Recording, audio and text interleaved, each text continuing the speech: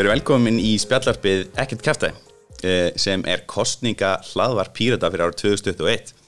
Ég heiti Atli Stefán Ingvarsson og ég í 9. sæti á lista Pírata í Reykjavík norður. Glöggjuhlustundur og mjög þunn vennsneið gætu þekkt mig úr tæknivarpinu. Með mér í dag eru 2 Píratar sem ætla að spjalla og við ætlum að kynnast þeim betur með hraðaspurningum.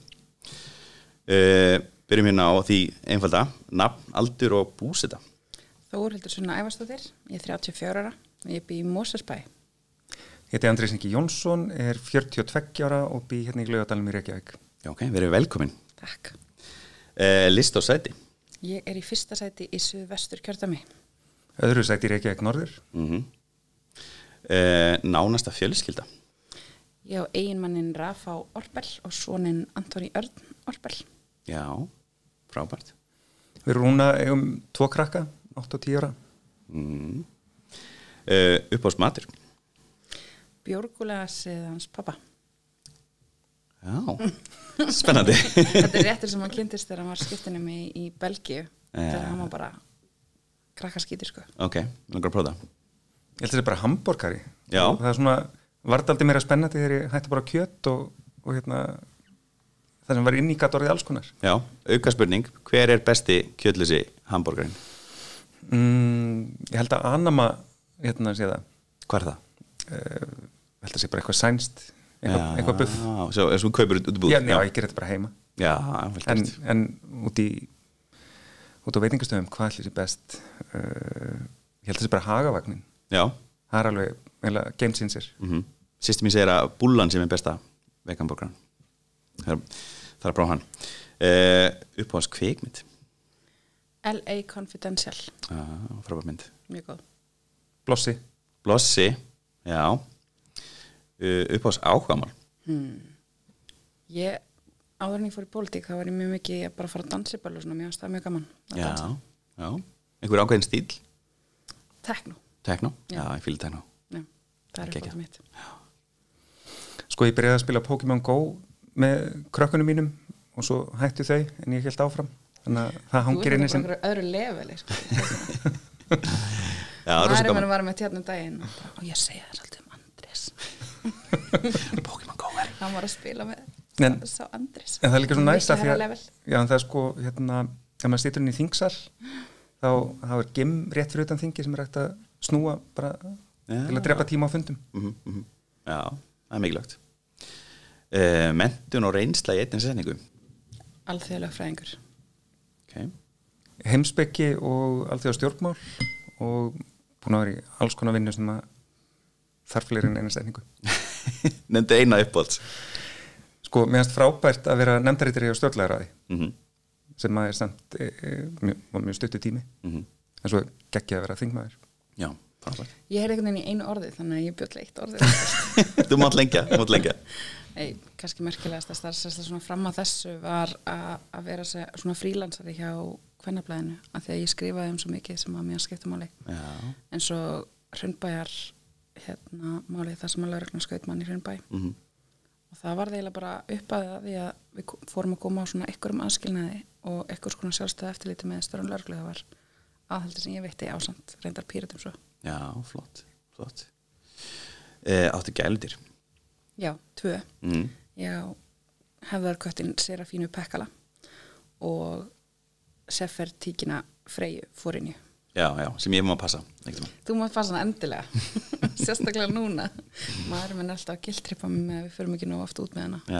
Það kostninga bara að fara þú út með hana. Senda hann til mín. Nei, engin. Það mikil press á heimilinu. Já, þetta aldurinn í krökkunum. Algjörlega. En já, ég með ofnæmi fyrir alls konar. Já, sama hér á mínu heimili. Enda kannski með sköllóttum hamstri eða eitthvað. Sköllóttur hamstur. Ég lét til leiðast ná í Seferhundin út af því að ég horfði á heimildamynda Netflix sem heitir Babies, þetta svona heimilda þáttaræðir á meðan ég var ólétt. Og þar kom fram að börn sem alast upp með hundum sérilegi, köttur svona minna, sko. Að þau eru miklu minna líklega til að vera ofnæmispésars Já, einmitt. Og ég lega, ok, fáum okkur hund. Já, sniðið. Já, sko, ég ólst upp í sveit með fullt af dýrum og ég með ofnæmi. Ég veit ekki. Nei. Það einhver pilla á leiðinni núna. Svona óheppin. ein pilla sem virkar í 3 ár Ok. sem vist einhver bylting. Prófum það. Ok, hljóma samt pínu creepy. Það svo getna að varna sprautan sem að dugar í 3 mánuði. Já, það eitthvað hella dæmi, sko. Það ekki mælt með því lengur. Slow release. Já. Ekki slow, bara eins og sprauta í rassin. Það ekkert mælt með því, sko, lengur. Nei, ok. Já, heyrðu. Hægum núna aðeins á okkur og förum á ræðum eldheit stjórnmál. Hver skemmtilegasti aðilinn í stjórnmálum? Mér finnst AOC mjög skemmtileg.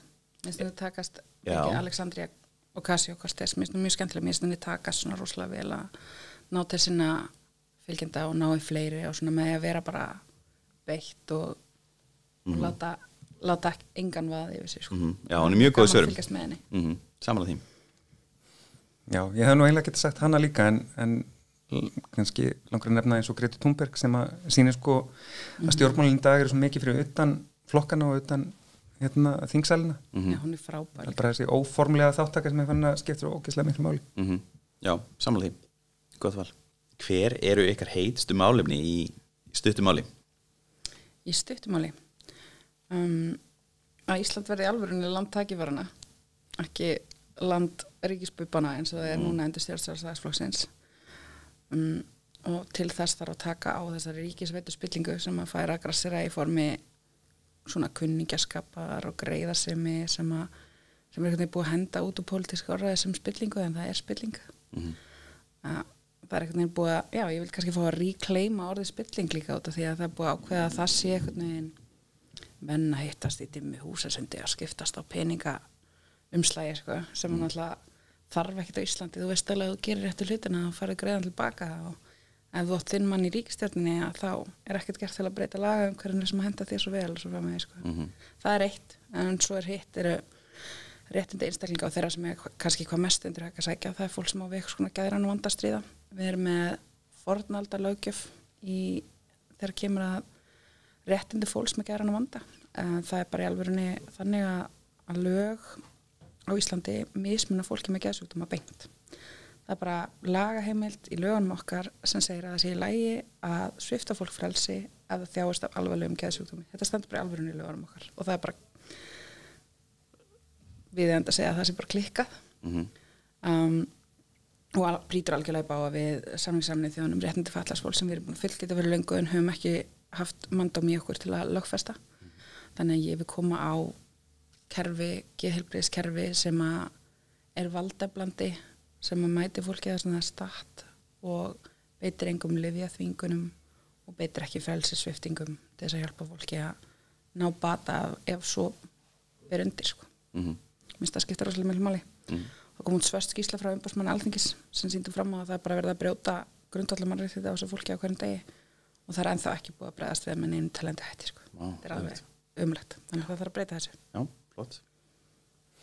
Já, ekki nálega tekið undir allt sem sunna nefnir en svo finnst mér líka skipta máli að við byggjum upp samfélag sem að sko tekst á við loftslagsvandann og vinnur einna jafnrétti. Af því að það er samfélagi sem að sko gerir öllum kleift að vera það sem við vilja vera. Og það er eitthvað sem að ég hef verið að berjast aldrei fyrir inn á þingi þessi 5 ár sem ég hef verið þar. Og svo eitt svona bara ákveðið frumvarp sem að ég hef verið að berjast fyrir ítrekað lækkun kosningaaldurs sem að ég held að sé sko stærri og mikilvægari breyting heldur en fólk ofta átti að sjá að því að stjórnmálin eru mjög lélegi að taka tillit til sjónarmiða hópa sem að eru ekki beinlínis í salnum og ungt fólk finnum sérstaklega fyrir þessu. Sé hvernig stúdentarráð hefur sko þurft að berja húsið utan síðasta árið til að fá sko almennileg viðbrögð við ástandinu vegna COVID. Ekki hlusta á þau. Þannig að þau sitja hérna og sko þau eru meira sem er kosningarið, þau eru nú gömul til að vera umbjóðendur þeirra sem að sitja inn á þingi. En með því að lækka aldurinn niður í 16 þá er þetta allir komin með sko hóp barna sem að hefur kosningarétt. Bara fólk sem að nýtur verndar barnasáttmálans allt í einu farið að geta flengt okkur inn á þingi ef við erum ekki nógu duglega að geta upp á réttindi þeirra. Já, þú ert að tala að lækka niður í 16. Já, við erum talað það, Já, það er náttúrulega svolítið, hvað maður segja, mótsögnin í því að vera alltaf að tala okkur hugsa lengir börnin, svo ekki leyfa þeim að kjósa. Það er líka bara þeirra framtíð sem er að ráðast inn í þingsal og við sjáum það þetta og þetta er alveg rétt hjá honum Andri segja stærsta áskorunni framtíðarinnar náttúrulega, og bara samtímans, réttar sagt, þetta ekkit einn framtíða músík lengur, loftslagsbreytingar farnar að hafa bein áhrif og það framtíð unga fólksins sem við erum að spila með að gera ekki neitt og þetta réttaríki sem ég læt mér alltaf svant og þessi réttindi sem ég að tala og það að reyna að uppræta spillingu úr stjórnkerfunni, það verður ekki af þessu eftir ef við bregðumst ekki við loftslagsbreytingum, þannig að það líka stærsta mannréttindamálið, það bara að passa að það verði eitthvað siðmenning eftir. Hver ykkar fyrsta reynsla af stjórnmálum? Góða slem. Ég alltaf verið eitthvað pólitísk og ég hef alveg verið tekið með á svona mótmæli og svoleiðis með mamma og pappa í uppvextinum eins og ég manna við gengum niður frá Hlemmi og niður á Laugaveg og að mótmæla Kárahnjúkavirkjun. Það sé ekki svona fyrsta sem ég man sterkt eftir en fyrsta svona beina þáttaka mín sem ég átti frumkvæði að og var svona rosalega innvolur í það var búsaldsbyltingin og ég mætti á svona mörgum varum taka þátt í því. Já. Hvaða áhald mættirðu með? Já, með pott. Já. Bara svona venjulegan grjónagrýta pott og skeið. Já, flott. Bara klassík. Já, það virkar. Það virkaði mjög vel, sko. Það er til æðislega mynda mér sitjandi beint fyrir framan Alþingishúsið í bara regnblautum gallabuxum og lópapeysu og í einhverjum stígvölum með blessaðan pottinn að berja í einhverjum svona hálfring fullt af ljósmyndurum og bakvað okkur, þetta var alveg geggjumynd. Já, ok. Þetta er ennþá mjög væntum hana. Já, skemmtilegt. Já, ég virkaðist einmitt á sama tíma eftir í búsaldabyltingunni bara það sem misti vinna í hrunnu og fannst þurfa að breyta ykkur þannig að ég mætti þarna Austurvöll og gekk í flokk og varð aktífur og hefur verið aktífur í pólitík síðan en já, sko fyrstu afskipti var kannski þegar ég svaraði símanum heima svona kringum 1990 þá var það fólk að ringja alveg brjálega í pappa af því að hann og vinnur hans á næsta bæ höfðu lagt fram tillögu fyrir búnaðarþing lambakjötslausan dag wow. sem bændum þótti ekki öllum góð hugmynd en vildum með þessu bara vekja athygli á vandanum sem ofbeitt og það ringdi ykkur í bændur og voru alveg sjóðandi illir. Já. Og þetta var bara 1 dagur af 365 sem að beðum. Hvort það dagur eða vika. Já. En já. Og ofbeitin er svona symbolsk mótmæli. Já, ofbeitin er loftslagsmál í dag í rauninni, ekki? Jú, í dag. Þarna var þetta bara, þarna var fólk bara búið að átta sig á því að þetta væri bara náttúruverndarmál. Heyrðu, ræðum betur loftslags og umhverfismálin, loftslagshugsun eins og þú settir fram í kosningastefnu Pírata í ár. Við vorum að fá í Píratum umsögn og engun á umhverfis kosningastefnu okkar í umhverfis og loftslagsmálum og þar eru við að skora hæst. Segir mér hans frá þessari stigagjöf, veit þið hvernig þetta virkar? Já, ungir umhverfisinnar ákvæðu sem þetta frekar að mæta bara fund til flokkana og allir flokkar taka vel í það sem við segja og allir fara út af þessum fundi og halda að allir að gera eitthvað. En svo það bara kannski svikið eftir kosningar að þá myndum við bara leggja fyrir grjóthart próf, bara taka stefnuflokkana og ekki eitthvað óljós loforð, heldur bara það sem búið að samþykja formlega og meta upp við eitthvað kvarða til að geta sagt hvað er besta stefnan og hvað er bara engin stefna að heiti geti. Alveg frábært verkefni. Svo bara fenguðu sérfræðingar til að hanna þetta, þau kölluðu eftir hugmyndum úr sinni grasrót, þetta eru 1200 manna samtök, þannig að það kom alveg hellingur af hugmyndum. Og þetta eru bara opin félagsamtök? Já, bara ungs fólks og ég held að segja hvort það er 30 ára hámarsaldur til að vera þarna. Okay. En og svo bara söfnuðu við gögnum frá flokkunum núna í sumar og gáði þetta út núna á föstudag. Mér finnst það ótrúlega flott, já. Og þau líka litu fara blind í gegnum stefnuflokkana þannig að fólk vissi ekki hvaða flokka það var að meta sem að mér stráslega töff. Það er mjög sniðið. Það var ekki með þennan innbyggða bæjas þessi nú svona og hins einu eitthvað þannig sem að geti kannski haft áhrif á stigagjöfun. Það er stráslega flott. Við vönduðu sér alveg óbáslega mikið við allt svona. Það er til dæmis eitt stjórnarmeðlumur sem er virkur í Viðreisn og hún var bara hent út af öllum fundum þegar þau fóru að tala sólarkvarðan. Þannig að þau pössuðu að vera ekki eitthvað svona vanhæfis element. Já, flott. Og við komum bara fekið vel út úr þessu. Já. Við, þetta er kannski svona ákveðið framhald líka því að 2017 þá vorum við líka með þetta með bestu loftslagsstefnuna af óhagum sérfræðingum á loftslag.is og núna fáum við þessa fínu einkunn.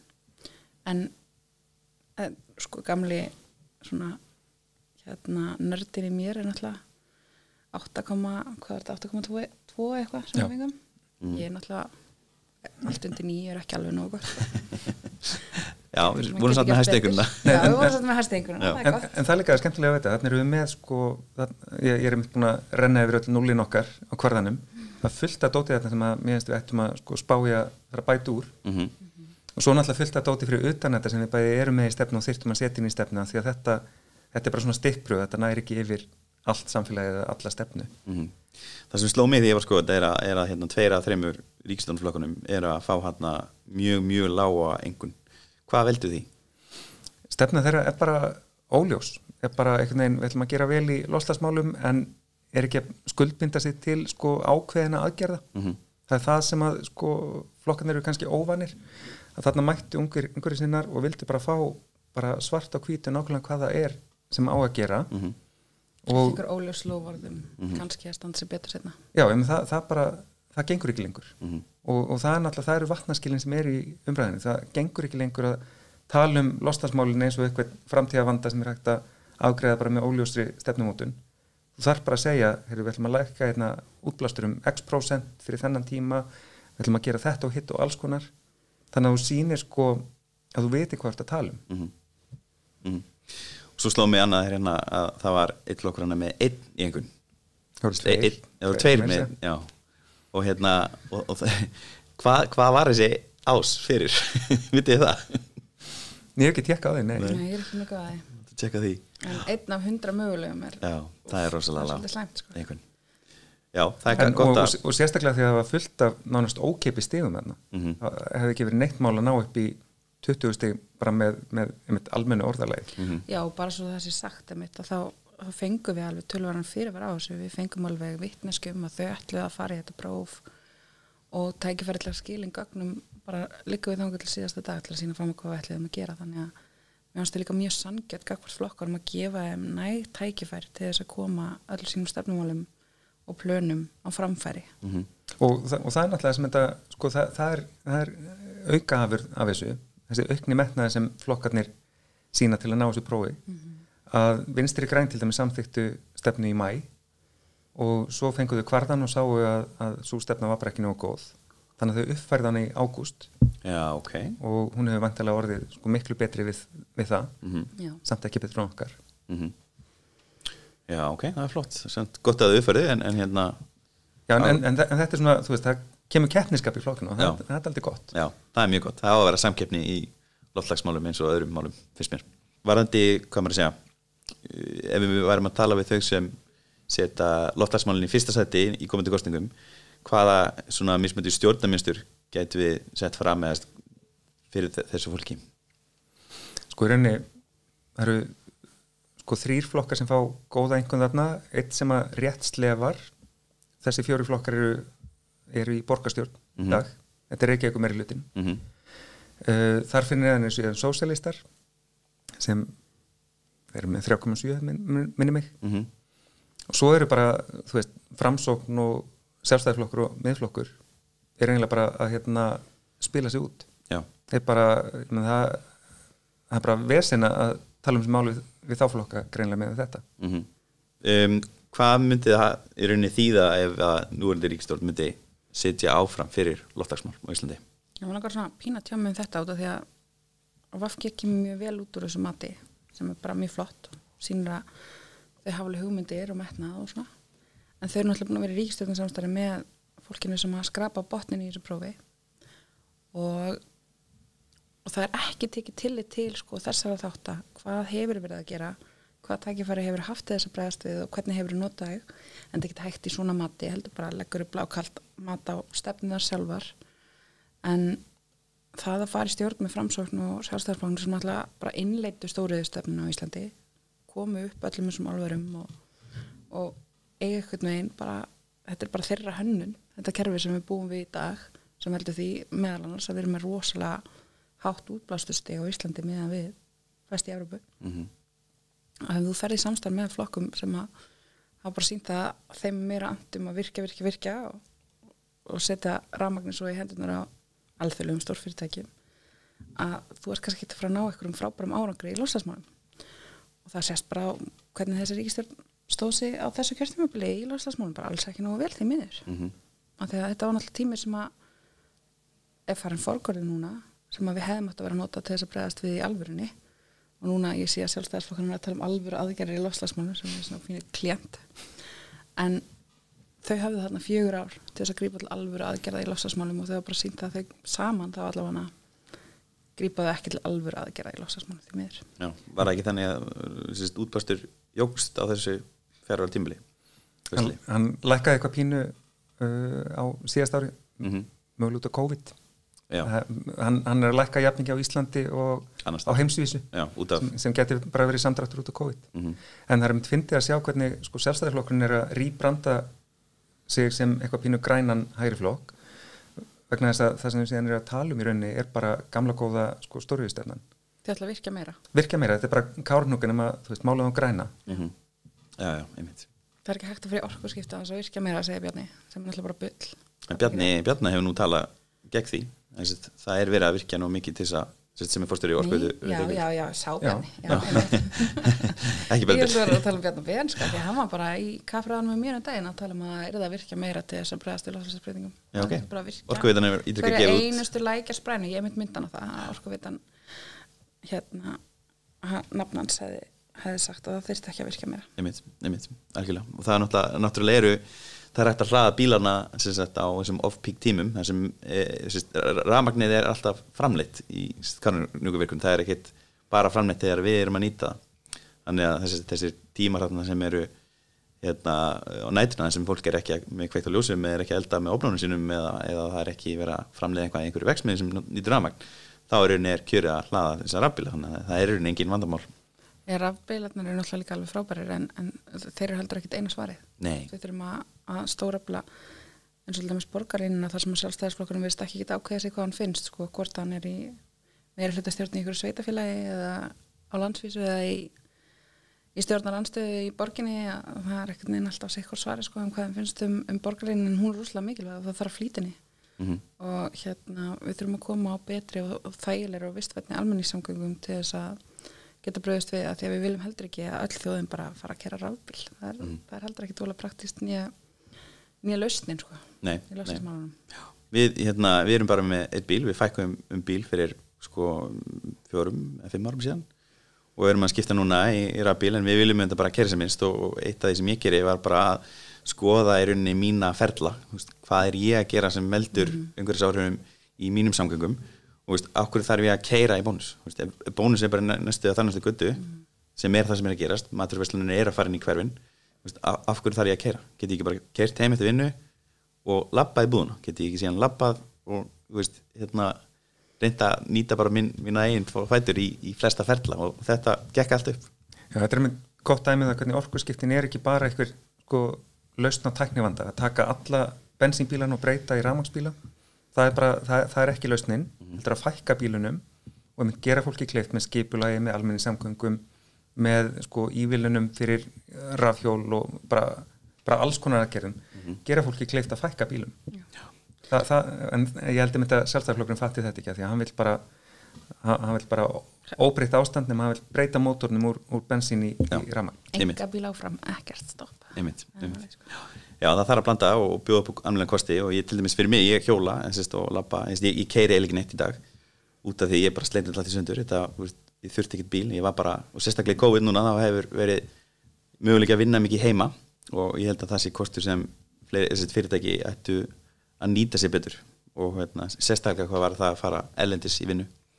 Það er bara ótvíra kosti fyrir mig í bæði fæðingarorlofi og svo verandi með var svona lítið barn að koma aftur inn á þingið að allir nefndafundinni voru alltaf bara fjárfundir. Já.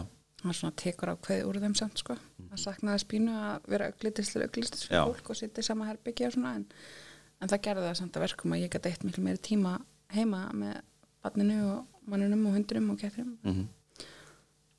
Og samt verið með í vinnunni og ekki mista neinu. Hver eru mest aðkallandi verkefnin núna eftir kosningar í umhverfis- og loftslagsmálum? Ég meina okkar fyrsta verk verður vantilega að lýsa yfir neyðarástandi og bragðast við því neyðarástandi með viðeigandi hætti. Við höfum bara sett það hvernig það að búa við neyðarástandi að svona lýsa því yfir að það sé til staðar á það til að mobilisera fólk. Og sko byrja strax og gera þetta aldrei hratt af því að tímalínan eftir kosningar stutt. Að sko til að vilja vera þá þarf að gera eitthvað, þá þarf að mæta með sko uppfærð og betri markmið á loftslagsþing Sameinuðu þjóðanna sem í nóvember, bara 2 mánuðum eftir kosningar og þarf að koma þessu inn í sko fjármálaáætlun og fjárlög sem að klárast í desember. Þannig að í rauninni þurfum bara að setjast niður, gott einmitt að lýsa yfir neyðarstandi til að bara undirstrika það að á svona 2 mánuðum þá þurfum að upphugsa alveg rosalega stíft prógram fyrir næstu 4 ár. Nú kom út nýlega greining frá Umhverfisstofnun á í rauninni hvaðan losunin að koma sem meðal annars hann Sævar stjörnusæður hefur verið að fara yfir á samfélagsmiðlum sem ég rak augun í daginn. Vitið þið hvar þessi stóru hvar losunin að koma? Hver eru svona stærstu valdanir í losun? Sko helmingurinn af losuninni sem að telurinn í Parísarsamkomulaginu að koma frá 5 stóriðu fyrirtækjum. Það álverin. 5 félögum. Já. Og síðan eru samgöngur og fiskiskip mjög stór þáttur líka. Og sko kosturinn með þetta að þetta allt sko þetta svo viðráðanlegt. Þannig vitum við þetta eru lík kerfi, 5 fyrirtæki og bílar sem eru allir meira og minna eins. Þannig að við bara þurfum að setja plön utan það. Og síðan sko sem að telur ekki inn í þessa alþjóðlegu skuldbindingar af því að það meiri óvissa losunina en langstærsti þátturinn landnotkun. Já. Og það þá gróðureyðing vegna ofbeitar og votlendið sem að búið að ræsa fram. Þannig bara með að móka hún í skurði og hætta að beita sauðfé á örfokaland og bara græða upp í staðinn. Þá getum við náðalega svaka árangri. Einn svona kjánlega spurning, hægt að ef við viljum halda áfram að beita einhverju leyti, hægt að afmarka svæði fyrir kittina eða bara kemst hún út allt, hvernig virkar það? Já, það náttúrulega til lausn sem heitir girðingar. Já, það bara virkar. Virkar ágætlega. Já, ok. Ekki hinga til að það með skefum. Ok, no-brainer. Ekki framástöfnilegt en hefur verið erfitt að innleiða. En ég meina við þurfum líka að koma upp bara mælitækjum fyrir þetta til þess að geta fylgst með okkar árangri út af því að ég allavega tók eftir í núverandi fjármálaáætlun að þá setja þessi markmið sem að ganga út að draga saman losunum ekki mikið sko. En þið þurfum fyrst að koma sér upp mælitækjan til þess að mæla hvort að þeim sé að takast að draga úr þessari losun og þau eru ekki komin sko. Þannig fyrsta skrefin hjá þeim í raun hjá ríkisstjórnin í raun að finna mælitækjan til þess að mæla samdrátt í losun í landbúnaði eða landnotkun. Já, til að geta fylgt eftir átlunum og setja markmið. Já, og það misræmi því miður. Það töluvert misræmi, nú man ég ekki með tölutan lengur að hreina en ég man að það munaði rosalega miklu á áætlun sem þau gáfu út sumarið og svo því sem þau voru að lofa í fjármálaáætlunina það var alltaf miklu meiri samdráttur sem þau voru að lofa í fjármálaáætlunina og ég spurði sjávarútvegs- landbúnaðarráðherrann okkur út í þetta akkur eru komið alltaf miklu metnaðarfyllri markmið hérna í þessari fjármálaáætlun heldur þið með í loftslagsáætluninni ykkar sem þið voru að kynna bara fyrir nokkrum mánuðum eru þið búin að uppfæra þessi markmið er það þessum sem að hann kannast ekkert það og vissi ekkert af hverju þessi mismunur væri og ætlaði að kanna það en ég heyr aldrei aftur frá hann sko. Nei, ekki gott. En hann er ekki alveg best vinur minn kannski. En þetta er náttúrulega taldi gott dæmi það hvað upplýsingarnar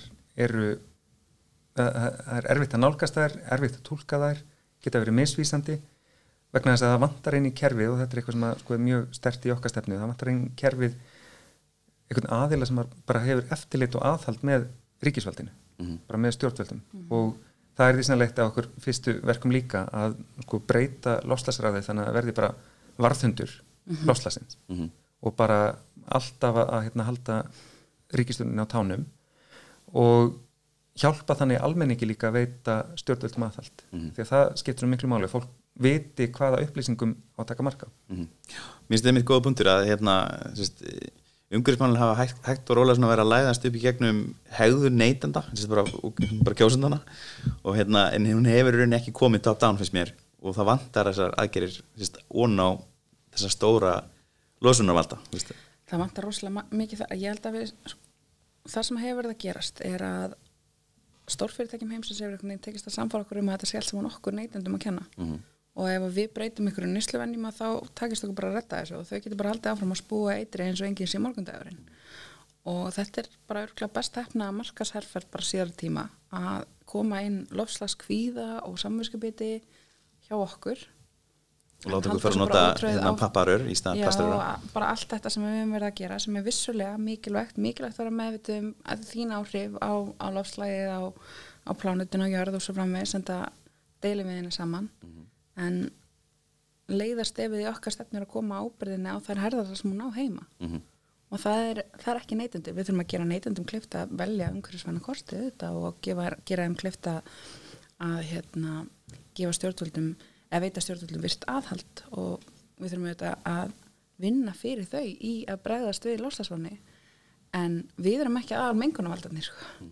Eins og ég var að segja, það eru 5 fyrirtæki sem að losa helmingin af öllu sem telur í Parísar og þar segir okkur að sama hvað þú sleppur í ofta að fara á bíl í vinnuna að þá er álver á Straumsvík ennþá þarna sko. Ég veit, sem er miklu meira. Það er miklu meira og kostnir sem ég sé í stöðinni er auðvitað í fyrsta lagi að það bara þarf að kosta miklu meira að menga svona mikið. Við þurfum að gera það þannig að þau geta ekki haft eftirlit með eigin mengun eins og staðan er núna. Það þarf að nútíma veða þessi álver eða þá þau þurfa bara að fara. Hvað var það tæknina og síunartæknina og það bara þau mengi minna og það þarf að nota þessa orku sem að verða að setja í þessi álver í eitthvað miklu grænna og vætna heldur en verða að nota það nú þegar.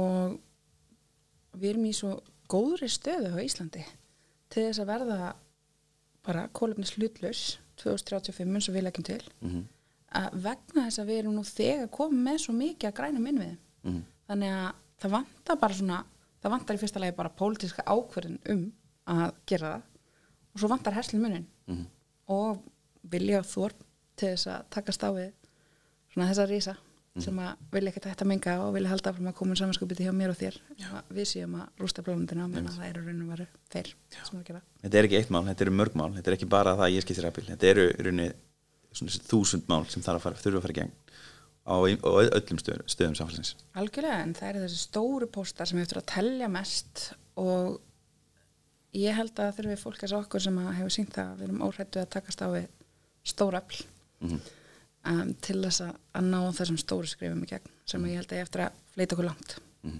Ok, frábært. Eitthvað að lokum loftslagsmál? Nei, bara svo við séum líka pínu jákvæð, sko.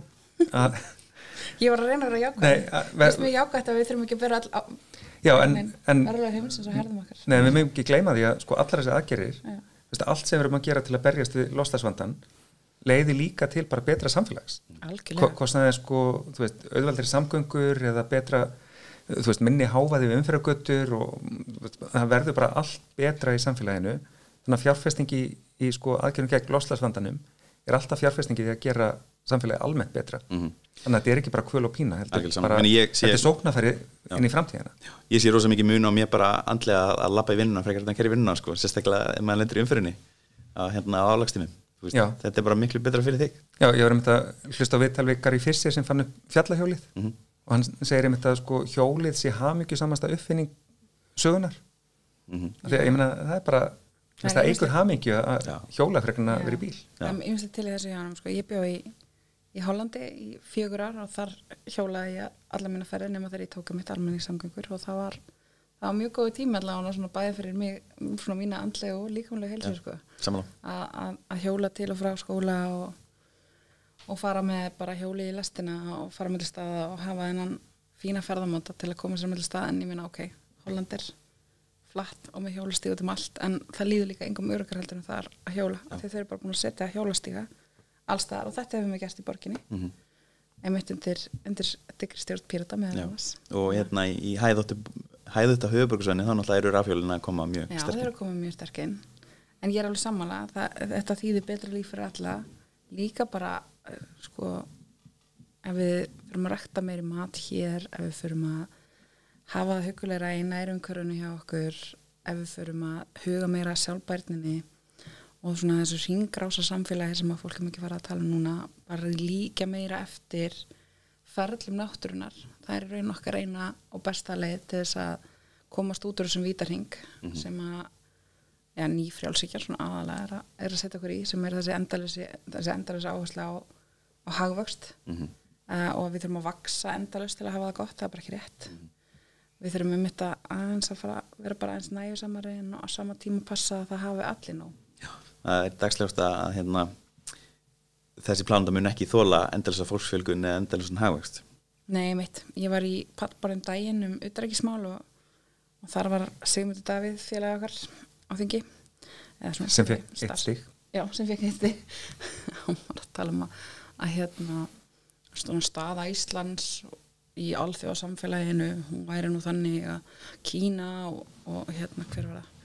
Kína og einhver annar verið að vinna þennan slag. Hagvaxta slaginn, bara þau voru bara framleiða svo mikið og búa til svo mikið eða eitthvað.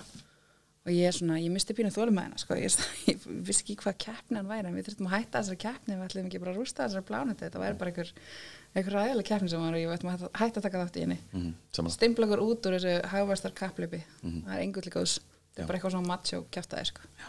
Flott lógorð, takk fyrir að kíkja í kosningavarp Pírata, ekkert kjaftaði. Sjálfbærni, ekkert kjaftaði. Flott. Takk.